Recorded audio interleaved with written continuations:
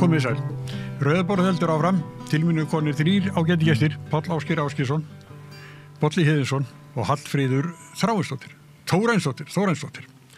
Þetta búið að reynast mér erfitt að muna föðunafnið þitt. En við skulum halda áfram, ekki leggja á mig að reyna þetta aftur. En veistu hvað mér langar að byrja? Mér langar að byrja að tala ykkur það að í gær og fréttir að því að það var kjarnorkukafbátur í Eyjafirði. Og enginn gerir neitt, áður hefur bara allt orðið þetta er ekki kjarnorka, þetta er kafbátur sem orkan sem hann notar kjarnorka. Já. Hann hefur það var engin kjarnorkuvopni en eitt slíkt borð. En var ekki bannað að til þess að Reykjavík að komi? Nei, það voru sett lög í fyrra, það voru komið mitt fram í þessari frétt og linkað á frétt úr stjórnarráðinu þegar hún satt þar ábyggilega hún Þórdís Kolbrún, utanríkisráðuneyti á ég við, þessa kafbáta og það í mangi kannski munið annarkur hvað það voru margir sem hafa komið síðan í apríl, ég held 23. Ég held að séu 6, cirka 3 á ári, en þeir eru ekki, þeir eru sem sagt, það orkan, sem þeir eru drifnir áfram af kjarnorku, en þeir bera ekki kjarnorku vopni en eitt slíkt borð. Þannig að landhelgisgæslan var þarna fylgdist grannt með komið þessa kafbáts. En var ekki til þess í borgarstjóratíð Jóns Gnarr var þá ekki bara lagt bann við sem komið svona báta til Reykjavíkur? Má það ekki en það var hér fyrir einhverjum árum, það var verið að lýsa yfir kjarnorkuvopnalausum svæðum hér og þar. Já. Og þú getur keyrt fjallahéröð á Ítalíu og þá kemur þið inn í sveitafélagi og það stendur að það sé kjarnorkuvopnalaus svæði, en það er rétt held ég sem að Hallfríður segir, þetta var náttúrulega bara fyrst og fremst þetta er bara knúið kjarnorku, en sjálfsagt gætu verið kjarnorkuvopnum borð, hver veit það er landhelgisgæslan. Það er náttúrulega kjarnorkukljúfur borð til þess að knýja bátinn áfram. En það verður eitthvað óapp og það allt alveg rétt, það er bara eins og það er bara svo áhætti fyrir hendi. Við vildum ekki þetta. En ég held að ég held þetta sé nánast að gerast í hverju mánuði, hér einhvers staðar hér utan við Ísland og með fullu samþykki íslenska stjórnvalda og landhelgisgæslan kemur að þessu. Það eina held ég sem var þarna öðruvísi þarna var þetta var alveg upp í fjöruborðinu í Hrísey og þetta sást svo miklu greinilegar heldur en það gerir ellast. Ef það hefði orðið óhapp. Algjörlega, já. Það sem að ég mynd. Já, ég skil. Já. Ég held að eina, hét hann ekki Kursk? Jú, sem að sökk hann í Ísafinu. Manni og mús. Já. Það var alveg hræðilegt. Hann var líka kjarnorkuknúinn. Já, og það var eitthvað staðar í Ísafinu, það hefði nú aldeilis geta orðið alvarlegt fyrir okkur. Það var engin mannbjörg þar, það var alveg svakalegt slys. Já. En ef fólk eitthvað að velta fyrir sér líka mengun af svona hugsanlegum slysum eins og þessu, það ætlum að minna okkur á það að það er nú ekki ýkja mörg ár síðan að lyftist nú brúnin á mörgum Íslendingum þegar að farið var að tala hér bora eftir olíu eitthvað staðar norðvestur af Íslandi.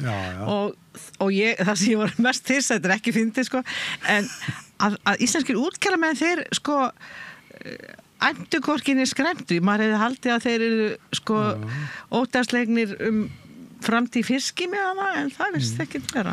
Þetta er náttúrulega enn eitt dæmi það er ekkert eins skemmtilegt eins og það var, Fyrir 30 árum þá hefði hersluðanstæðingar fjölmennt Akureyrar og staðið með spjöld á bryggjunni. En nú er þetta bara eins og hvert annað skemmt verið skip og það er bara að skipta áhöfn. Bara eins og væri hvalur í fyrir. Það er ekkert fúnt í þessu. Alltaf betri kálda.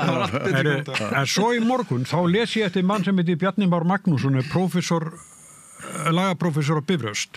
Og hann vill sem sagt íslenskan her og vopnaframleiðslu. Hefði ekki fyrirsögnin átt að vera hlíðarveruleiki finnst á Bifröst? Nei, hann er kannski ekki einn Ég sá þessa fyrirsögn og ég fór nú bara brostinu bara, mér finnst þetta innilega fíblalegt. Það er svona hluta. Þetta er einn dæmum heimskulegur málflutningur. Já, en hann hefur verið sagt að það hefur fókið á bátur. Ég hef ekki lesið þetta. En hvað ætlar að, ég veit ekki hvað ég á að byrja. Andmæla þessu. Súræður. Þetta er bara svo, kjánalegt. Má ég hvetja til að fara inn á hagstofa.is og athuga mannfjöldatölur á Íslandi Já, til dæmis. og eitthvað svona áður en að fyrir að velta því fyrir sér hvort að þetta samfélag standi undir hernaðarlegum umsvifum á borði. Og herskildu, eins og kemur fram í hans skrifum. Móens Glistrup okkar maður. Hann bara, hvað vildi hann setja á rússneskan símsvara sem segir við gefumst upp. Og svo átt bara ít á þann takka ef það er ráðast í Danmörku. Ég meina, ég held að það sé, ef þú vilt setja um einhver raunsæðisgleri og þetta, að þá getur alveg hort á þetta og spurt þig, sko, geta Íslendingar staðið í einhverjum hernaði? Sennilega ekki. Þetta er ekki mín skrif, sko. Nei, við erum að mótmæla þessum, prófessorum á Bifröst. En við erum ekki nóg mörg og svo erum við erum ekki svona. Nei. Það er oft verið sagt að það er eitt erfiðasta verkefni sem nokkur maður geti tekið að sér að vera að fá hópa af Íslendingum til að ganga í takt eða marsera. Það er náttúrulega, það er ástæður svo sem til þess að rifja upp í þessu sambandi, sko, ef það kvarlaði einhverjum að setja á herskildu, það yrði nú ekki sennilega, því yrði nú ekki vel tekið. Ég bursi frá öllu öðru sem þessi ágæti maður er að skrifa, ég bara hef ekki kynnt mér þetta, en þá náttúrulega er ástæða til þess að minna á frumvarpið þegnskylduvinnu sem var sett í þjóðaratkvæði 1908 eða eitthvað svoleiðis og það var náttúrulega snarlega fellt að því að Íslendingar vildi ekki borga skít og moka skít fyrir ekki neitt. Nei. Og þannig að ég held að þetta sé það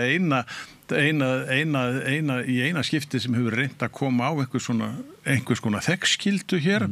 Hvort sem að það væri þá þarna var þegnskyldu vinna og hvort það væri þá þegnskylda til þess að ganga í her. Ég held bara að það sé íslenski það sé ansi fjarri íslenskum karakter að ganga til nokkur slíks. En svo getur vel verið að það sé heilmikið til í þessu hjá manni. Ég ætla ekki að dæma það. Ég þarf að bara kynna mig máli miklu betur. En af hverju skrifar hann þetta? Er mórall út í samfélaginu? Nei, ég held ekki. Ég held að sé bara að handla bara þessar væringar á alþjóðavettvangi. Já, einmitt. Og svo staðreynd að NATO stendur á brauðfótum. Samkvæmt greiningu mjög margra sérstaklega bandarískra sérfræðinga sem er náttúrulega rosalega áfall fyrir Evrópu vegna þess að NATO náttúrulega stofnað þarna eftir í kjölfarseinni heimsstyrjaldarinnar og Evrópa er í rúst og bandaríkjamenn moka þarna peningu þeir náttúrulega græða alveg grimt á stríðshrjáðurri Evrópu, þeir selja og maskininni og þeim bara rúlar áfram og það er alltaf hagvöxtur meiri og svo kemur bara því að þegar að fer að fjara undan velgengni Bandaríkjanna, þegar að kapitalismin flytur til annara landa úr allt hvað heitir að manufacturing, öll framleiðsla er meira og minna horfin úr Bandaríkjanum og hagkerfið er á niðurleið, hvað sem hver segir. Það hefur gjörðið almennileg kaupmáttaraukning í Bandaríkjunum síðan upp á 1970 þegar þeir byrja að útvista. Þannig að moka alltaf peningum í það að halda upp í hervörnum í Evrópu, það náttúrulega skilur, mér finnst það bara borleggjandi að þeir geti verið pirraðir yfir því. Og er þar að mörguleiti sammála Trump vegna þess að ekki að ég sé sammála ég vil neinu bara svo það sem tekið fram en hví skildi Bandaríkjunum vera að kosta upp í hervörnum í Evrópu? Af hverju? Af hverju gera það ekki sjálfur? Og ég held að þessi það að hafa verið háð þessu fjárframlagi til hermála í Evrópu gerði það að verkum að þeir stigu ekki skrefið sjálfur og sá ekki sínar eigin varnir. Og núna kemur það bara verulega illa í hausinn á þeim. Já, ég segi, þetta er svona einhver staðar meðal okkar, er þessi mórall að heimur versnandi fer og við verðum sjálf aðeins að fara að huga að okkur. Já, heimur versnandi fer, það á við kenningunum, það var allt betri í gamla daga. Nei, ég sé það núna að þetta innlegg prófessors Bifröst, þetta er ekki eitthvað sem honum hefur dottið í hugarnum frá, þó hann sé mikið einn þarna í sveitinni, heldur það að þetta er fótgönguliði sem er að taka þátt í stjórnarandstöðu. Eitt af hjartansmálum núverandi stjórnarandstöðu er að reyna að fæla, hræða Íslendinga frá því að gangi í Evrópusambandið. Já, einmitt. Og eitt af lóðunum á vogaskálina er að selja Íslendingu þá hugmynda ef við gerum það, þá verður allir Íslendingar látnir ganga í Evrópuherinn. Og með því að einhver fótgöngur lið út í bæ tali út frá því að það sé eðlilegt að við þurfum að vera í her eða gegn einhvers konar herskyldu, þá þetta lítið lóð á þær vogaskálur, ekki satt. Þetta hans framlag í baráttunni gegn vinstristjórninni sem situr hérna við völdnum.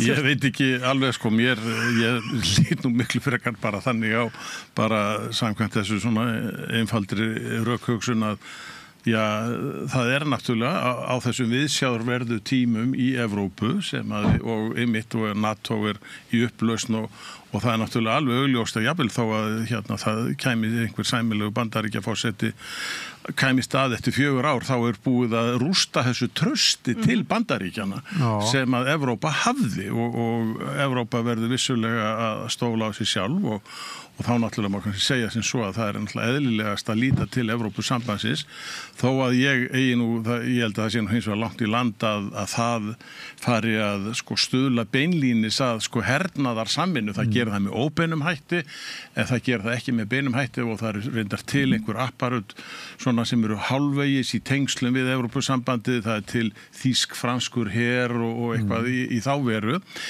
og það getur vel verið að þetta eitthvað eigi eftir að aukast en það verða náttúrulega eftir sem hafður lönd þarna inn á milli allavega eins og til dæmis ég segjum bara í dag Ungverjaland, Slóvakíu og eitthvað svoleiðis sem mun ekki taka þátt í einhverju hernaðarsamvinnu en ég lít nú á þessa aukna kröfu Evrópu það sé hort svona mikið til þess hvað Evrópa getur gert sameiginlega hún vonandi vatn á myllu okkar sem eru náttúrulega einlægi stuðnings með þess að Ísland gangi í Evrópusambandið og það náttúrulega það sem maður vill náttúrulega helst sjá út úr þessu en það gerist ekki svona með einhverjum einföldum hætti en þetta örugglega innlegg í þá baráttu sem að þarf að heyja og vonandi þegar kemur að því að við greiðum atkvæðum það hvort við eigum að sækja eða ekki. Sér verið að mála skrattan á ekki? Já, við sem að styðjum Evrópusambandið erum ekkert að því. Hann þarna bara skrattinn. Eins og Palli sagði áðan, En ég veit ekki alveg, ég áttaði mikið alveg á þessari röksendafæslu hans, en það getur vel verið að það sé mikið til í, ég skal ekki segja. Mér sýnst að núverandi stjórnarandstaða, að hún hefur tekið miklu ástfóstri við þetta Evrópumál. Þó svo að sem andstæðingur sem skipað sér í mjög harða andstöðu og það er engin rök sem er ekki nógu góð til þess að halda því fram hvort sem það tala herskyldu eða sé refsivert að borða bognar agúrkur eða eitthvað álíka en það er aldrei sérkennilegt vegna þess að samkvæmt ríkisstjórninni þá þetta mál ekki á dagskrá fyrir en að ég held síðasta leið 27 En það gæti náttúrulega breyst vegna þess að það sem hefur gert frá því að ríkisstjórnin var mynduð 20 dögum síðar tók Donald Trump við og það í rauninni hefur bara held ég talsvert jafnvel flýtt þessari atkvæðagreiðslu 1 eða 2 ár. Að Hagsýnar húsmæður ég held nefnilega að Hagsýnar húsmæður eins og þær sem sitja í stjórnarráðinu þær séu búin að átta sig á því að það er ökonómist að halda þessa atkvæðagreiðslu samhliða sveitarstjórnarkosningum. Já, en það vekur nú upp gaman að fá þetta innlegg frá okkur en það er líka verið bara að segja þess að Evrópusambandið því miður stendur líka of veikt í ljósi alþjóða væringa en ég ætla ekki að fara í þá sálma heldur bara að minna á það að ég einlægur stuðningsmaður Evrópusambandsins einkum og sérilagi á þeirri forsendu að stoppa spillingaröflin á Íslandi vegna þess að þeir bara fara sínu fram eins og þeir hafa óskorðað rými til að valta yfir alþýðu fólks. Hvað svo sem segja má þetta Evrópusamband, það er náttúrulega stór bírókrasi og allt það, en ég er ekki nokkrum einasta vafi það að aðkoma íslensks alþýðufólks yrði mun betri inn í þessu sambandi en ekki. En vil endilega minna á þá ógn sem að felst í þjóðaratkvæðagreiðslu vegna þess að þeim ekki treystandi yfirvöldum á Íslandi að taka mark á niðurstöðum þjóðaratkvæðagreiðsla og það hryggir mig alveg ósegjanlega og setur að mér kvíða varðandi nákvæmlega þessa mikilvægu þjóðaratkvæðagreiðslu sem í kortunum verður hægt að taka, verður hún látin standa eða ætla einhverjir sjallar sem eru inn í dómskerfinu að finna einhvern svona tæknilega atriði þar sem þið geta fellt hana eins og þeir gerðu þegar að við sömdum, þegar við greiddum atkvæði nýju stjórnarskrána árið 2012. Það finnst mér vera mál sem þarf bara að ræða. Þú veist, ef við ætlum að, ég held að sé engin vafa því við förum í þessa þjóðaratkvæðagreiðslu, en við verðum að gera, það kannski þjóðaratkvæðagreiðsla að taka upp viðræður við ESB, en ekki hvort við að ganga beint í ESB. Ég held að það sé svona forleikurinn, er það ekki? Já, ég skilst að það sé nú það sem að eigi að gera, en samt sem áður náttúrulega út af fyrir sig þá ekki skynsamlegt að fara í viðræður við einhvern aðila með slíkt á bakinu en það annað mál með hvað á bakinu? Já, með það á bakinu að hvort við eigum að sækja eða ekki vegna þess að það raunni veikir aðeins samningsstöðu af því að þá vitað að þú þarft í rauninni að leggja þig kannski meira fram við að ná samningi heldur en ella. En það svona aukaatriði samt sem áður í þessu máli. Ég held að við, og þetta máli náttúrulega að því að það náttúrulega mistókst að klára samningaviðræður og leggja samning fyrir 10 árum eða hvenær það nú var og þá held ég að þetta sé bara hinn rétta leið til þess að reyna að mjaka þessu máli áfram og með hennar kostum og göllum og það alveg rétt eins og þú segir að það náttúrulega að tryggja það og það verði innihald í rauninni þeirra laga eða þingsályktuna sem leggur upp þjóðaratkvæðið að það verður náttúrulega farið eftir því sem Já, ég meina, það er náttúrulega grundvallaratriði. Er hægt að hugsa sér ólýðræðislegri vinnubrögð heldur en það að bara henda út af borðinu þjóðaratkvæðagreiðslu. Þú veist, meira segja Brexit með öllum þeim skelfilegu afleiðingum sem Brexit hefur haft fyrir stóra Bretland að þá tóku þeir mark á henni, hvað var þetta, 2% munur milli þeirra sem vildu fara út og vildu vera, en það var bara virða niðurstöðu þjóðar, þetta grundvallar prinsip í lýðræði samfélagi. Hér lýðræði bara vanvirt, af því þegar það hendar ekki hæstráðendum, þá bara hendar því út gluggann. En þess vegna eigum við ekki gefast upp, þess vegna eigum við halda að þessari vegferð áfram og halda þjóðaratkvæðagreiðslu þetta mál, hvernig nákvæmlega spurningi verður orðuð að annað væri uppgjöf. En ég meina líka spurning og það er alltaf það er allt í gerjun einhvern veginn, það er alltaf neitt endanlegt og núna svo mikla breytingar eins og alþjóðapólitík og hérna heima og bara Trump og Kína og allt, ég meina við skulum ekki gleyma því að þessi pólar, þessir hefðbundnu austur-vestur pólar og hegemónía Bandaríkjanna, hún á niðurleið, hún bara að hverfa og líka Evrópu. Í fyrsta skipti núna í mannkynssögunni, Evrópa hefur alltaf litið þannig og Vestur-Evróp og Bandaríkjamenn líka, að við höfum einhvern veginn tilkall til þess í bara menningar, pólitískra og efnahagslegra yfirráða í heiminum. Við gerum að brot af heimsbyggðinni, hvað sem okkur líkar að betur að vera. Þannig ég held að það sé líka alltaf breytast, brikk, samfélagin, en þetta nú ekki löngu búið í Evrópu? Bandaríkjamenn eru klárlega á þessum nótum en ég held nú að Evrópuríkin hafi nú öll gefið þetta upp á bátinn bara með það að þeir hafi eitthvað tilkatt til að ráða eitthvað í veröldinni. Býtu, þeir eru gamlu heimsveldin eru ennþá með klædnar í Afríku og allstaðar. Þeir hafa komið dyggilega í veg fyrir svo margt bara þróun í þessum löndum. Sjáðu svo koma Kínverjarnir í Afríku.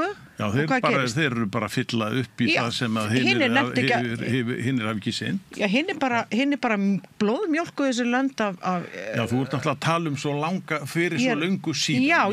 Ég nú bara að tala svona síðustu 50 árin eða eitthvað. Þannig að við skulum nú ekki vera að drekja okkur í of löngum tíma. Ég hugsa kannski lengri tíma, en Evrópa hefur enga síður, þessi þangagangur hefur verið mjög rótgróin í Evrópu að vera leiðandi í heimspólitíkin, þó auðvitað vissulega bara eftir seinna stríð þá fjarar mjög hratt undan því, ég gerir mér alveg grein fyrir því. Akkurat, þannig að það Já, en samt sem áður skrifaði prófessorinn þetta og kannski margir að hugsa þetta, ég veit það ekki. Nei, það verður forvöldilegt að fylgjast með þessu. Já, en þetta hefði ekki verið skrifað fyrir ári síðan. Nei. Þetta eiginlega með tilkomu Trumps aftur sem þetta gerist. Það bara, hann búin að breyta heimsmyndin þannig að svona skoðanir verða til. Í varnarstöðu eða hvað? Já, við varum að búa til bara varnarherr. Já, þetta náttúrulega bara eins og hérna þetta að þegar eftir innrás Rússa að þá skildu bæði Finnar og Svíar til dæmis að það veri þeirra heitast ósk að komast inn í NATO. Það er náttúrulega ekki hvarlað að nokkrum manni bara 5 árum áður. Máli var ekki á dagskrá. En þetta var bara það fyrsta sem þeir óskuðu eftir. Bara sprettlöp inn. Og þannig þetta er ótrúlega hvað þetta hefur breyst á skömmum tíma. Já, komu stútfullar lest að fólki frá Rússlandi til Helsingi. Bara, það veit ég. Það var bara, lest eftir lest, þá komu fólk á besta aldri sem var bara flýja Rússland. Strax hérna upphafið. Í upphafið innrásarinnar í Úkraínu minnar. Já, akkurat. Það er alltaf mál sem er alveg bara ótrúlegt, sko. Það er alltaf gleymið svo oft. Það var eitthvað eins og furðulegt að fylgjast með þessari skitsofreinisku afstöðu Evrópuríkjana og Bandaríkjana gagnvart annars vegar stríð í Úkraínu. Það var allir ræðilegt og allir að styðja Úkraínumenn og alltaf. Og svo var alltaf að massaslátra bara palestínumönnum eins og enginn væri morgundagurinn. Það var alltaf í lagi. Það er rosalega skrítin hérna afstæð. Okkur þykir ekki, en þeim greinilega, sko. Okkur þykir ekki. Býtu, ég veit ekki betur en að fyrir ríkisstjórn, það er bara, finnst það allt í lagi? Þeir sögðu ekki neitt, gerðu ekki neitt. Já, það er þögnisam og samþykki. Það er bara það. Ég bara, segðu mér hvenær fór Katrín Jakobsdóttir, hvenær studdi hún þá hennar ríkisstjórn? Aldrei. Að það væri styðja andstöðu gegn þjóðamorðið Ísraelsmanna. Jú, þetta er nú ómælt. Ég hef ekki dagsetninguna eða tímasetninguna en ég held að þetta sé nú ekki ég er búin að fylgjast þó nokkuð vel með þessu og tekið þátt í ótal mótmælum. Það var aldrei neitt opinber stuðningur frá íslenskum yfirvöldum með palestínumönnum beinlínis. Þá var það okkur til skammar. Já, ég er að segja það.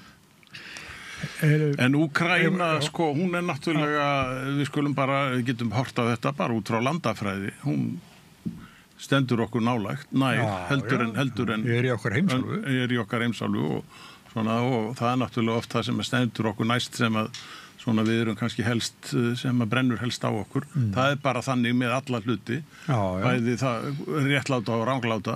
Í Úkraínu er ekkert nær Bandaríkjunum heldur en Palestína. Ég var að tala um Ísland. Já. Eru krakkar, tökum Léttarahjal. Léttarahjal, ok. Það er hérna kennarasamningar voru gerðir rétt fyrir miðnætti í gær. Góða fréttir. Já. Virkilega góða fréttir. En leið þá koma aðrir og segja að þetta gæti rugga bátnum með mof miðað við annar launafólk. Hverju segja það? Það eru nokkuð samtaka í því fulltrúar launafólks og samtaka atvinnulífsins. Býtu, hverju voru að segja það? Ég mista því. Ég er Solvarna sem búin að tala með það og Vili Birgis alveg bara ákveðið. Þau segjast alltaf að lesa samningin mjög vandlega. Já, en það er undirliggjandi það að þeim virðist finnast að kennarar hafi fengið kannski heldur miklu kjarabætur. Þetta er, hvað er ekki kallað, hefur ekki verið kallað höfrungarhlaup? Jú. Það sé farið, byrja núna. Það er þessi tilheng til að varðveita struktúrin, að passa enginn sem er í neðsta þrepinu komist þaðan. Ég held þetta sé bara, ég lít þannig á þetta er grundvallar fjárfesting hvers ríkis ætti að vera í skólakerfinu og mennta börn og maður horfir upp á það sem ég nú verið að leggja stund á rannsóknir á innflytjendum í Íslandi og sem fór dagfjölgandi allavega og það er alveg stórmerkilegt að horfa til þess að hér fá atvinnurekendur í raun og veru bara að ráða því hversu margir innflytjendur koma til Íslands. Þeir sem koma alltaf lunginaðin kemur í atvinnuleit en það vantar alveg svona framhaldshugsun það þarf að setja meiri pening í skólana það þarf að, það vantar allt og hvernig, það hefur einhvern veginn við vitum það að kennaralaun hafa rýrnað í samanburði við önnur laun og þetta, það er ekki, ég held að þurfi ekki, það er bara fullt af rannsóknum sem sýna það að búa vel að börnum og kennurum bara alveg ótrúlega góð fjárfesting sem ég held að skilir sér margfalt út í samfélagið og svo margan og það eru náttúrulega þetta verið tekna með þetta ákvarðanir það í löndum eins og Finnlandi til dæmis og það sýnir sig að þetta borgar sig en svo einmitt að því að sko mikið af þessu náttúrulega sem að kennarar kannski hafa verið að tala upp á síðkastið það eru þessi það þurfi kannski nánast tvo kennara í bekk vegna þess að það er þessi skóli án aðgreiningar og það mikið kannski að útlendum börnum í bekknum og svona og það alveg skiljanlegt en ég held til dæmis að þegar að við Íslendingar byrjuðu að taka á móti útlendingum hingað í einhverju mæli, hvort heldur það voru bara fólk sem var að koma hingað til að vinna flóttamenn eða annað, þá hefur aldrei með einhverju markvissum hætti verið unnið að því að gera þessu fólki svona kynna því held ég fyrir íslenskum siðum og venjum og á bara til dæmis að það eru til margir bæklingar frá íslenskum ríkisstjórninni á arabísku fyrir þá sem að tala það tungumál, tælensku eða pólsku eða öðrum tungumálum.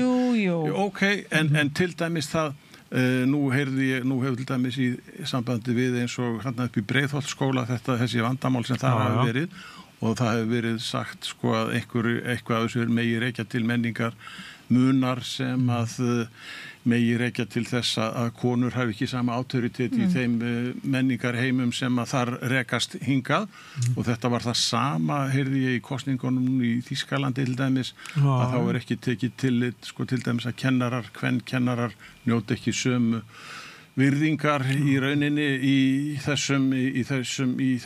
þessum menningarheimum og það gera þar og þá spyr maður sig til dæmis hvernig hefur stuðla unnið að því að gera til dæmis fólki sem að kemur þaðan frá að gera því ljóst að hér sé forsætisráðherra, lögreglustjóri, biskup og allar þessar glæsilegu konur sem að nú sitja í embættum og þær hafa fullt vald.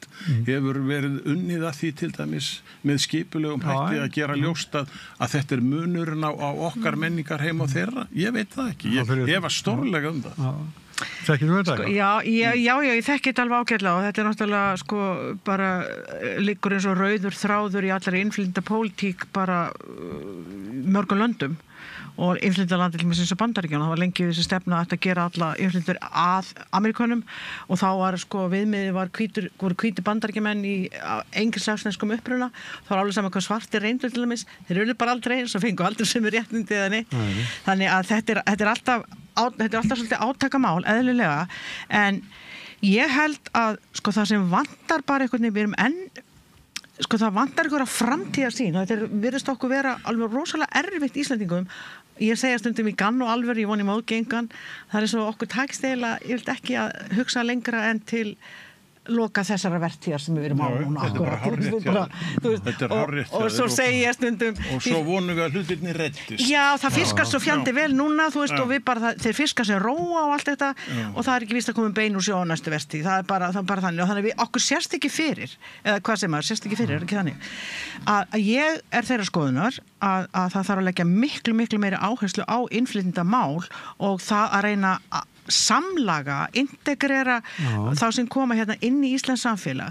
Hluti af því að sjálfsögðu að upplýsa fólk hvaða gildi eru hér í gangi, varðandi jafnrétti, varðandi þetta og varðandi hitt og bara allan sem að á undan gekk, þetta hafi ekki alltaf verið svona, en nú séum við á þessari blaðsíðu og það bara, hvort þér líkar það betur að vera Sigurjón, þó þú komir eitthvað staðar úr heimi þar sem að kallmenn ráða öllu, þá bara stafan allt önnur hér og þú verður bara að sætta þig við það.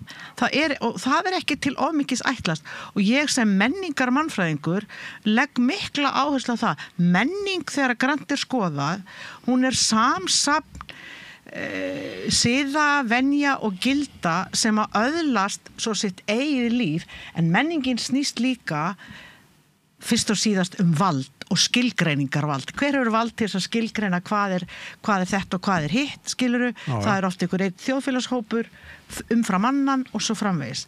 Þannig ég held að þarna sé bara mikill og óplægður akur. En þetta ekki líka frekar nýtt vandamál? Ef svo má orðið koma. Þetta er náttúrulega bara, innflytjendur eru nýtt fyrirbæri. Eru nýtt fyrirbæri. Já, og einmitt sko, þeir hafa kannski verið í það, þeir hafa verið nógu fáir. Já, og líka úr kannski menningu sem kemur, en það er til dæmis bara eins og það, ég hef verið að fara í skólana með fræðslu þetta og það er til dæmis bara grundvallaratriði líka fyrir kennara og starfsfólk skólanum, því nú líka sækir starfsfólk af erlendum uppruna, það er að koma inn í kennslu, það er að koma í alls konar önnur störf í skólanum, að heimamenn, að því við erum hliðverðir sem kallar á ensku eða dyraverðir. Það eru okkar, við getum hleypt inn í menninguna eða bara hvort að loka á þá, skilurðu. Þá þurfum við líka miklu meiri upplýsingu hvaða fólki er að koma. Þú veist, bara ef þú tekur eitthvað Muhammed og tekur nafnið hans í burtu og segir Steingrímur, skiptir það einhverju máli? Þú veist, í alvöru. En er það ekki tilfellið? Nei, ekki að þetta fara að kalla Steingrím heldur, þá meina ég bara að gera hann nærmanni. Nei, er þetta ekki, sko, nú þekki ég þetta ekki, ég á ekki börn í skóla og hef ekki komið inn í skóla í áratugi, en mér hefur sýnist bara í kringum í samfélaginu að þetta sé svona, þetta er í 2 lögum, að gríðarlega, ef við grunum stór hópur fólks af erlendum upprunum sem býr á Íslandi, það er hérna á svona tímabundnum basis hefur mér sýnist og þannig að það hefur sumpart einhverjar aðrar þarfir heldur en það er heldur svolítið mýta samfélagi.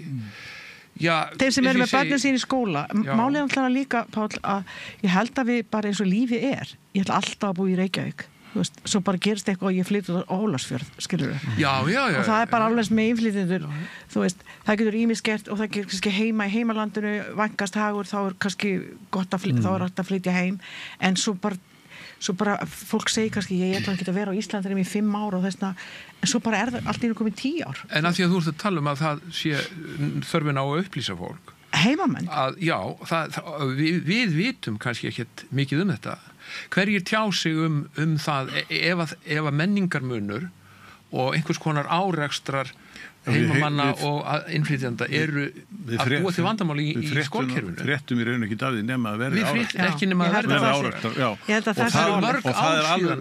Ég held að það sé alveg örugt að þessum málum hefur alls ekki verið, sko, það hefur ekki verið næg upplýsingagjöf ekki af hálfu held ég innlendra yfirvalda. Að því hún nefndi Breiðholtið, að þá er einu sem að tjá sig þetta eru foreldrar barna sem að verða einhvern veginn undir í þessum núningi eða átökum.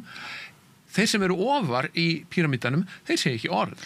Nei, en það sem hefur líka vantað... Það sem brennur á þér, þú við vitum ekki þetta mál. Eðlilega tekur það náttúrulega. Ef þú horfir, mér finnst þess að séu mörg ár síðan að ég sá einhverjum fréttum að 3 af hverjum 4 börnum í Breiðholtsskólum, heilt yfir, hefðu ekki íslensku að fyrsta... Ég held að það sé nú svolítið ígjur, en það er svolítið misnætt eftir skólunum. Af hverju setur þetta enginn í... 25% barna á Íslandi eiga erlendan bakgrunn, annarkvort alfarið eða til háls, skilurðu. Þannig og tölunar eru svolítið misjafnar eftir, ég fór yfir allar svo tölur bara í fyrra held ég, þá svolítið misjafnar eftir sveitafjörlum, þú veist, eins og sér í Reykjanesbæ, það eru 3 hver íbúi af erlendum uppruna. Þetta er náttúrulega, það er náttúrulega pínu pónsulítið samfélag, en sko ég held að það sem hefur vantað svo mikið inn í þennan málaflokk hérna og við erum kannski að reka okkur á núna er nauðsyn, sko bara í fyrsta lagi eftir höfðinu dansar limirnir. Ég hef þá trú. Þegar að yfirvöld, og þá meina ég á efstu hæðunum, hafa enga framtíðarsýn. Þú veist, þá fer það ekki, þá er það skilaboðið niður í skólakerfi og mér hefur sýnst á þess sem ég hef kynst mér að áhugi sé bara á innflytjendamálum og þessu sé bara dálítið undir því komið hvort að skóla, yfirvöld í tilteknum skóla hafi áhuga á málinu ekki.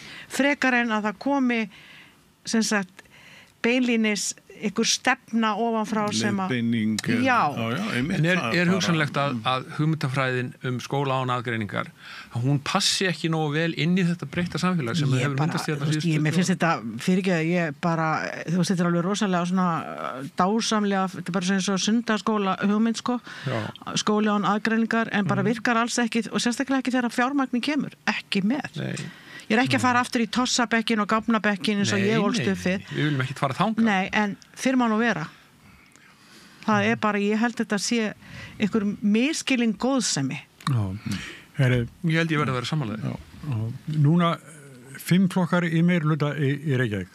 Yes. Já. Hvernig lýsir ykkur á þetta?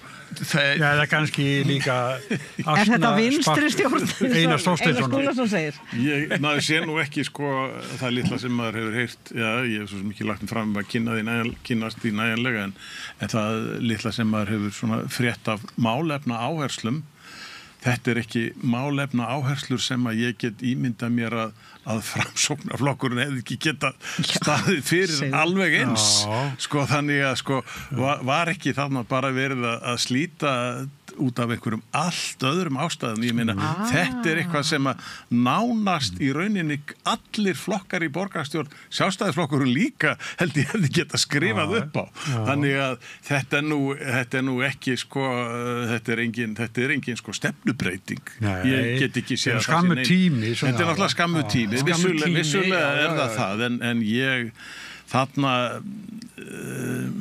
ég held að standi í yfirlýsingu þegar þau ætla að vera góði dýr og líka kannski að öll dýrin í skóginn mega vera vinnir þetta er ekki orðrétt tilvitnun en þetta er gríðarlega óljós málefnasamningur ef það má kalla hann er svona almennt orðaður en ég veit ekki hvort að borgarbúar gera neitt ráð fyrir að þetta er meira svona starfstjórn fram að næstu kosningum. Ég held að ég fyrir mína parti, ég ger ekki ráð fyrir að það geri neitt. Segjum nú svo, er það ekki helst þarna, hefur ekki helst verið talað einhverja byggð í Úlfarsárdal eða eitthvað svoleiðis og það kannski kemst hún á Reksvöl eða eitthvað svoleiðis. Já, brass með lóðir og svona það ætla að stoppa. Það hefur ekki byrjað að byggja eða neitt svoleiðis. En má ég spyrja þig, Bolli, heyrði ég rétt hjá þér, nú veit ég, kannski er það mistúlkaði, en það sem ég heyrði, þú voru að lesa mig, er það að þetta hafi kannski bara verið þessi sem að margir kalla afleikur Einar Skúlasonar, ekki Skúlasonar Þorsteinssonar hún er ekki betri í föðunum Einar Þorsteinsson, framsögnamaður hafi fengið, þetta hafi ekki verið afleikur hjá honum, heldur plott það að einhvers staðar komið þá einhvers staðar úr öðrum herbúðum. Ég sagði ekki neitt um þetta. Nei, ég veit, þú sagði það ekki. Ég er að túlka orðin. Ég skal segja það. Nei, ég bara velti því hvað hefði þarna verið. Ég held að það sé rétt. Já, ég líka. Ég held að Einar hafi ekki, það hafi gerst þarna í þessu ferli, hlutir sem hann reknaði ekki með. Hann gleymdi að gera ráð fyrir því að það gæti komið nei frá Flokki fólksins við þessu samstarfi. Þannig lítur þetta út utanfrá sér að hann hélt að hann væri alveg með þetta í hendi og hann væri búin að fá grænt frá þessum einafulltrúa Flokki fólksins. Hann gerði ekki ráð fyrir því að það yrði hringt úr höfuðstöðunum og sagt, nei, við ætlum ekki að gera þetta. Hann bara sá það ekki fyrir. En hann gleymdi því að þetta er bara fólk sem að stjórnar þarna og allt sem gerist í stjórnmálum, sérstaklega fyrir opnum tjöldum, það er alveg eins og því þú ferð í óperuna. Söguþráðurinn getur virst alveg ótrúlega flókin og krókóttur, en hann er alltaf drifinn áfram af einföldum mannlegum tilfinningum. Sumir segja því sami listinu við dauðasyndirnar 7. Í þessu tilviki þá var það hefnd. Vegna þess að frá sjónarhóli Ingu Sæland sem á Flokk fólksins þá höfðu sjálfstæðismenn móðgaðana og sótt að henni með óvægilegum og ómerkilegum hætti og hann langaði til að hefna sín og það gerði hún. Þetta var ekki flókið. En það þarf ekki djúpt pólitískt plott. En af hverju þurftið hann þá ef að Einar Þorsteinsson telur að það sé ávinningur af því fyrir næstu kosningar að vera borgarstjóri, akkur hélt hann þá ekki bara samstarfinu áfram? Hann hélt að veri betra með Sjálfstæðisflokknum. Hann hélt að veri betra með Sjálfstæðisflokknum. Til að ná hverju fram. Já, en aftur, þetta er bara fólk. Já. Og höldum því til haga að annar drifkraftur í þessu máli sá að Einar þetta ekki framsóknarmaður. Hann Sjálfstæðismaður. Og hann alinn þannig upp og hann verður aldrei neitt annað. Þetta er bara eins og hvert hann fór hann bara ekki í Framsóknarflokki vegna þess að það svo auðvelt það er svo auðvelt líka að komast til metorða á stuttum tíma í þeim flokki. Og svo var annar á stuttum tíma líka. Svo var annar hlikkur í plottinu sem að klikkaði líka að það sem að Einar átt að gera, hann ætlaði átt að verða næsti formaður Framsóknarflokksins. Og þess vegna var Sigurður Ingi gladdist hann svona lítið þegar hann slapp inn á þing í síðustu talningu, allra síðustu talningu, vegna þess að þá sat hann uppi með formannsembættið. Hann ætlaði að stíga til hliðar í krafti þess að hann ekki komist inn á þing og þá látti leiðin að vera greið fyrir Einar. Ekki viljum. Ekki endilega. Okay. En og þess vegna En það er náttúrulega, það er alveg augljóst það opnast alveg nýr heimur fyrir mér maður bara gaf en það kom vissulega skoðanakönnun sem sýndi að Framsóknarflokkurinn var ekki að ná hvað neinum manni inn í borgarstjórn og auðvitað hlýtur fórustumaður flokksins að hugsa sinn gang við slík tíðindi hvort sem að hvernig svo sem hann síðan bregst við því og ég veit það ekki, það betra að þegar að kemur síðan að kosningum, þá betra að vera í borgarstjórastólnum eða vera utan hans og geta gagnrýnt? Það verður gaman að sjá Einar Þorsteinsson í aðdraganda næstu sveitarstjórnarkosninga gagnrýna að mikill hörku allt það sem að hans hluti gerði. Já. Sem hann nýfærin út úr næran ekki að klína einhverju á þessa sem að voru að taka við núna. Talandi þetta, ég fór og flett upp á dögunum þegar að kom, hvernig var það fyrir helgina sem að þegar að Heiða Björg, núverandi borgarstjóri og formaður Sambands íslenskra sveitarfélaga hafði samþykkt þennan kennarasamning, sáttatilögu ríkisáttasemjara og svo kemur fréttin það að stjórnin sé ósamþykk og ég náði þessum ekki alveg svo ég fór inn á heimasíðu Sambands íslenskra sveitarfélaga til þess að skoða hverjir sætu þær í stjórn og ég gæti ekki betur fundið út það voru einhverjir sem voru fyrir E-flokk sem ég held að hann veri eitthvað svona flokkar á sveitarstjórnarstíðinu sem að eitthvað svona samframboð en annars voru þetta sjálfstæðismenn og framsóknarmenn í meirihluta. Ég gerði það líka, ég las þetta. Og ég sagði býtu, og Einar Skúlason er varaformaður, ok. Nei, ekki, okkur sem ég kalli hann Skúlason. Einar Skúlason er ágætis, kollegi Páls í Göngum. Ég vil alls ekki að þið talað hann eins og framsóknarmenn. Nei, alls ekki. Og hann hafi reyndar verið í þenn. Einar Þorsteinsson er varaformaður Sambands íslenskra sveitarfélaga. Kannski var þetta bara innlegg fótgönguleiðana í stjórn Sambands íslenskra sveitarfélaga í stjórnarandstöðu.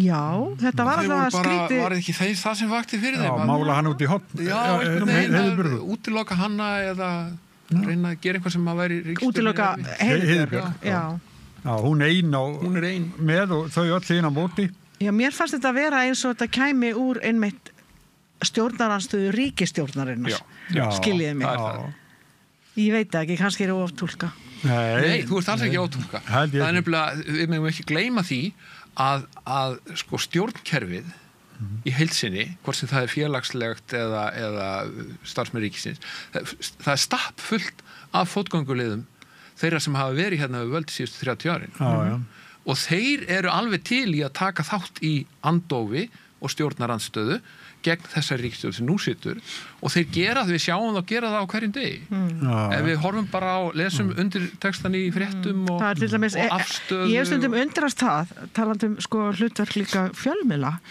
og við vitum alltaf það hvað hefur riðlast og rýrnað hlutverk fjölmiðla en Ríkisútvarpi til dæmis mér finnst það einhvern veginn ekki hafa sinnt þessari skyldu sinni að upplýsa almenning til dæmis bara svo þetta sem þú ert að fullera núna og segja og það veit að nánast hvert einasta mannsbarn að þessi flokkar sem ríkt hafa lengst í ríkisstjórnum, þeir eiga sér sína fulltrúa í stjórnkerfinu og við erum með bara marga ráðuneytisstjóra til dæmis sem hafa fengið starfið ekki endilega á grundvelli menntunar eða þekkingar, heldur kannski meira bara á grundvelli flokkskírteinis.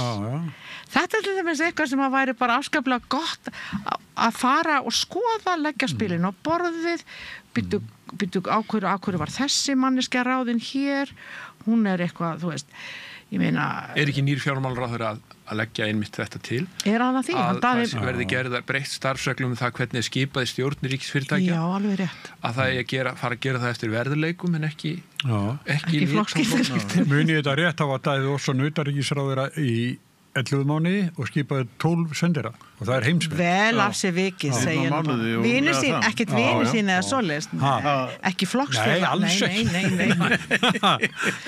En það engin með hreinan skjöld í þessum efnum og það gera þetta allir stjórnarflokkar. Ingibjörg Sólrún, hún var utanríkisráðherra og réðun hann því sé haldið til haga að þá þegar að stjórn sem tók við hvort við köllum hann Jóhannustjórnina eða vinstristjórn sem tók við eftir hrunið að það var eitt erfiðasta verkefni sem þeir stóðu fram fyrir, það var að ráða nýjan seðlabankastjóra því það var svo erfitt að finna vinstrisinnaðan hagfræðing en þeir hætti ekki fyrir þeir fundu þennan eina sem hafi verið í æskulýsfylkingunni Má Guðmundsson og þá réðu þeir hann sem seðlabankastjóra. Hann var fín. Þetta ekki persónulegt sko. Nei, en þetta bara sama, þetta birtingamind sama fyrirbæri sem við erum að tala um. Og það verður oft svo það ekki spurt hvað þú getur eða hvað þú hefur gert. Þetta alltaf líka svona annar staðar svo sem. Hverra manna ertu, hvar hefur verið og þess vegna segjum við hiklaust að Einar Þorsteinsson sé ekki framsóknarmaður heldur sjálfstæðismaður vegna þess að þú þarft bara að setjast niður með einhverju framsóknarmanni sem þekkir bakgrunn hans þá afneitar hann Einari. Hann var formaður ungmennafélags sjálfstæðismann í Kópavogi. En það sem náttúrulega líka kannski það kostir og galla við að vera svona fámenn þjóð en það bara líka einhvern veginn lenska hérna og hefur verið svo lengi og kannski út af fámenninu, ég skrifa það mikið á þann reikning að við erum svo oft það er semst menn en ekki prinsip alltaf sett út fyrir svo það Guðmundur, hann bróðir hans Páls sem vænsti drengur og þó hann hafi svindlað aðeins og stólið úr sjóðunum og svona þetta bara gott fólk. En svo núna, nú eru formannskosningar hjá Sjálfstæðisflokknum helgina. Já, alveg rétt. Já, og svo kemur nýr þingmaður Jens Garðar Helgason og býður sig fram til varaformanns, hann fyrir formaður SFS eitthvað svo leiðis LIU, það er rétt að nafni reyndar, og og hann og aðstoð framkvæmdastjóri Kaldvíkur sem að setja niður laxeldiskvinnarallar fyrir Austurlandi og þar á meðal í Seyðisfirði mikil óánægju heimafólks Svona þetta einhvern veginn hittir sér alltaf fyrir. Já, ég veit ekki, það náttúrulega, það er ekkit langt síðan að Kristján Þór Júlíusson hvarf að þingi og hann var náttúrulega sérstakur fulltrúi alveg öflugs hóps og hann hann bara útgerðar manna, það var alveg vitað fyrir hvað hann stóð og ég meina og kannski sá hópur sem að stóða baki honum finnst vanta þeirra rödd innan flokksins og þá sé komin bara hinn rétti kandidat fyrir þá rödd og þetta er náttúrulega svo rödd sem ræður Sjálfstæðisflokknum.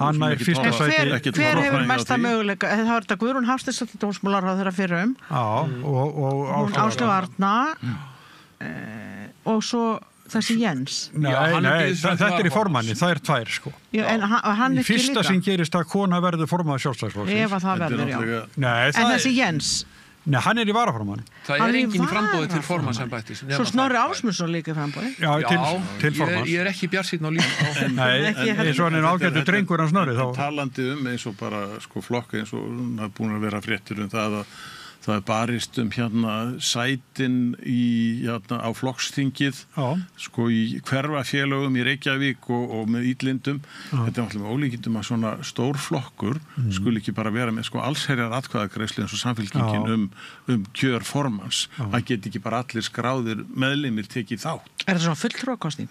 Já. Eins og í Ameríku? Þetta bara þeir sem eru fulltrúar á landsfundi. Það eru félögin. Við elskum lýðræði. Og þannig, sko, ég get alveg skilið þetta í smærri samtökum eða einhverjum smærri flokkum en að þetta skuli vera, sko, á því maður man eftir þessu, sko, það hefði verið smölun í Heimdalli alveg frá því að maður var bara í barnaskóla eða unglingur, þá mann maður eftir einhverju slíku hvort þú ætlaðir að styðja Friðrik Sófusson eða einhvern annan á þeim árum og að þetta skuli ennþá vera með þessum hætti vegna þess að þetta sko ekki heppilegt fyrir samtökin, þetta ekki heppilegt fyrir flokkin sem slíkan að standa í þessu með þessum hætti. Auðvitað verður áróður í gangi og allt slíkt en að þetta skuli ná inn í svona þessa kjarna sem að þessi hverfafélög eru og þau eru vissulega öflug í Sjálfstæðisflokknum og þau eru í rauninni kannski lykillinn að hvað ég að segja, völdum og áhrifum og þar hefur til dæmis verið álitin vera fremstur í flokki Guðlaugur Þór Þórðarson. Já. Hann hafi lært það snemma á sínum stjórnmálaferli að þarna lægju þræðir valdanna. Það dugði honum ekki þegar hann fór í formannskjörið. Það dugði ekki til. Nei, það er alveg rétt. En þykjast ekki menn lesa núna í aðdragandanum þykjast menn ekki lesa þetta þannig að hans fólk styður Guðrúnu? Hefur svo sagt. Já. Ég vísu þetta svolítil kremlológía, sko, ég sá einhvern gera mikið úr því, sko, hann hefði séð eiginkonu Guðlaugs á einhverjum fundi sem að Guðrún hélt. Þetta er svona ekki sólít, sko. En þegar ég sá þessu skoðanakönnun sem að var að vísu tekin meðal venjulegs fólks en ekki sjálfstæðismanna stuðning við frambjóðendur, þá sýndist mig Guðrún hafa betur og sérstaklega vakti skiptingin eftir aldurshópum athygli mína, þannig að ég geri ráð fyrir því, ég ætla að gera það mín spádómi að Guðrún verði formaður Sjálfstæðisflokksins. Af því hún á merkjanlega miklu meiri stuðningi í eldri Já, og í Sjálfstæðisflokknum séu fleiri eldri en yngri. Ég held það, Ég held líka að þeir sem eru komnir til metorða í einhverju félagi þannig að þeir fara á landsfund, þeir séu líklegir til að vera ofan við miðju í aldurskurfunni. En ég hef aldrei mætt á landsfund. Nei, ég En hvernig er stefningin meðal þeirra nú hafa tapað sem Já, ég segi það, þetta er valdalaus flokkur, sko. Já, í borg og ríki. Þetta er bara og valdaflokkarnir báðir og Framsókn líka. Þökk Einari Þorsteinssyni. Nei, þetta er bara þannig. Þetta eru valdalausi flokkar. Þetta eru sérstakar aðstæður sem að maður hefur ekki séð ofta á Íslandi. Og höldum því til haga, sko, að þetta eru flokkarnir sem að eftir seinni heimsstyrjöld hafa oft verið kallaðir helmingaskipta flokkarnir af því að þeir hafa með einum öðrum hætti skipt völdum og áhrifum bróðulega á milli sín í íslensku samfélagi en nú gæta þeir tímar verið á enda með einhverjum hætti. Sérstaklega ef að líka með þetta í það sem varst að segja Páll þessar hugmynd í hvort það eru frumvarpi Daða Más Kristóferssonar fjármálaráðherra ef það var að fara að ráða fólk á grunni nú bara í stjórnir og ráð þetta er Jóri mikið en sko ég held hins vegar sko við erum að sjá bara sko einmitt þetta er rétt það er helmingaskiptaflokkar valdaflokkarnir en hvað er það að sjá í Þýskalandi er þetta ekki nákvæmlega það sem er að gerast þar hvað er það að sjá í Bretlandi ég meina þar nær Nigel Farage svona sko jaðar pólitíkus hann nær í rauninni hann nær því að það verður Brexit hvað erum við að sjá í Þýskalandi þessi flokkar eins og CDU og SPD þeir það er AfD sem er að ná þar í rauninni völdum og í rauninni þetta er allt sama hreyfingin Nigel Farage, AfD og Trump en þarna, en ég held að við ættum að fagna því margt er líkt með skildum við ættum að fagna breytingum við skulum ekki sakna kyrrstöðu Nei, en það sem að gerist bara held ég með þessa leiðtoga í öllum þessu löndum sem þú veist að tala Bolli að þeir höfða til, bara eins og Trump núna Trump var kosinn af fólki sem flyktist í kringum Bernie Sanders Og af hverju? Vegna þess að demokratar buðu ekki upp á neinar breytingar á ástandinu sem það var, sem það hefur verið, sem að fólk var óánægt með og hann talar fyrir breytingum og ég held að það sé líka hluti kannski af skýringunni í bæði Bretlandi, ég veit ekki þekki frekar illa til Þýskalands en sko þar sem að það er svo auðvelt að kenna fólki þjóðfélagshópum sem hafa enga rödd og get ekki varið sig. Þannig að í staðin fyrir að benda á, ég meina þetta er bara alþekkt úr allavega 20. aldar sögunni að finna einhverja blóraböggla sem eru jaðarsettir, fólk sem er jaðarsett hefur litla rödd og útilokað og þess vegna svo miklu þægilega að segja að það er þeim að kenna heldur en að það sé eitthvað að þessu fyrirkomulagi sem við erum með hérna í þessu samfélagi. Sko það er náttúrulega að því að þú nefnir eins og Bernie Sanders sko, og það er örugglega alveg rétt hjá þér að margir sem hefðu ella hugsað sér að kjósa hann kusu örugglega Trump. Já, það þeir hafa sagt en Trump náttúrulega vinnur ekki á þeim atkvæðum. Hann vinnur á miklu stærra og meira fylgi svona sambærilegu því sem að er að gerast í Alternativ für Deutschland í dag að þar sem að er einmitt, það er og við slum bara átt okkur á því og það er það sem að þessir establíseruðu flokkar þurfa átt að sig á að það er orðin það er ekki talsamband við stóra hópa fólks í samfélagi demokratarnir flöskuð og Trump fyllir upp í það hann nær völdum í Bandaríkjunum Alternativ Deutschland fekk þrátt fyrir allt hvað, 20%? Mest í Austur-Þýskalandi hvaða hópur er þetta á Íslandi? Er þetta kjósandi Miðflokksins? Það er 11%. Ég hugsa Sjálfstæðisflokkur var með 20, það er út frá ákvæmum tölu sko. Ég held að margir sjáu sjálfstæðisflokki í norði sko sem svona frekar bara 2020 var brandari minn sko. Já. En er miðflokkurinn tæpast hægra megin við sjálfstæðisflokkin? Jú, er það ekki? Í sumum málum. En ég held að það sem en eitt veit ég, við verðum að geyma það til næsta þáttar. Við erum sprungin tíma sem er alveg dásanlegt sko. En Hallfríður Þórarinsdóttir þakka þér fyrir komuna. Takk sem við leiði Sigurjón fyrir að bjóða mér. Bolli Heiðinsson og Páll Ásgeir Ásgeirsson og ykkur Magnús og ykkur fyrir að hafa hort á okkur og Rauðaborðið heldur áfram eftir skamma stund. Ertu á leið heim úr vinnu? Stilltu á FM 89,1